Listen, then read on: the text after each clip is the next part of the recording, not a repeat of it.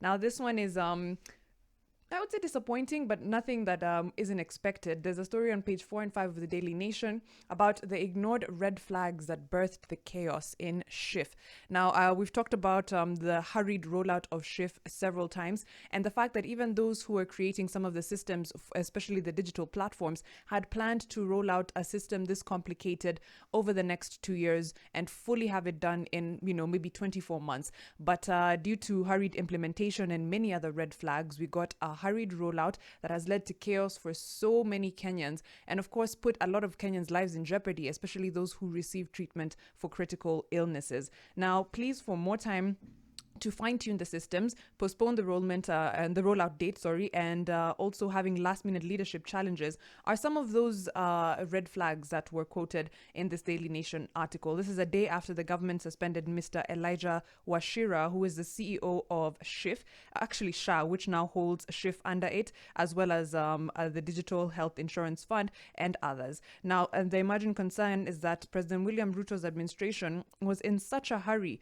to tap into the billions raised from the 2.7% deductions from the gross pay of all salaried workers, and of course to procure the 104.8 billion shilling system under development to replace the National Health Insurance Fund, that it ignored all the telltale signs of imminent trouble. Now, we've hosted several cybersecurity experts on this show, and whenever we ask, hey, what tips can you give us as far as protecting ourselves when we're moving about online, especially from scams, the one thing they tell you, first of all, urgency. Anything that creates a false sense of urgency within you, that you're made to feel like you have to give this money now, or something you're going to lose out on something, that's usually a really, really big red flag.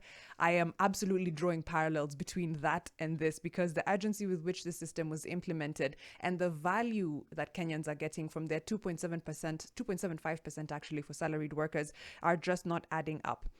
Several lawmakers had also, of course, made a few comments about the rollout of Shif, and of course also raised concerns about how it was being done, including Seme MP James Nikal, who was skeptical about the need for a new IT system, given that NHIF was still operational. NHIF, just for some context, has been operational for 60 years, 6 decades, and it was basically disenabled abruptly.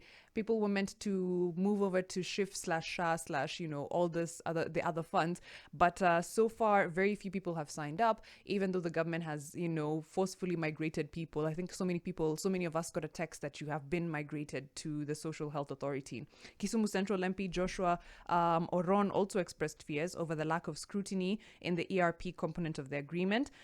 There's also a debate that in the report to the Senate, actually, the delegated legislation committee chaired by Tharaka Nithi Senator Mwenda Gataya recommended that the Social Health Insurance Regulations Act and the Social Health Tribunal Procedure Regulations Act be annulled for lack of public participation.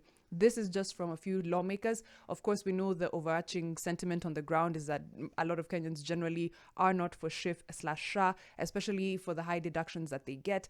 Taking 2.75% of someone's salary or 300 for the unemployed, I don't know where they're meant to find the 300, and then giving them 1,000 shillings for optical or dental care just does not add up. Of course, the implementation is a whole other story, but let us know what you think about this one. What are the red flags as far as the rollout of Shif is concerned?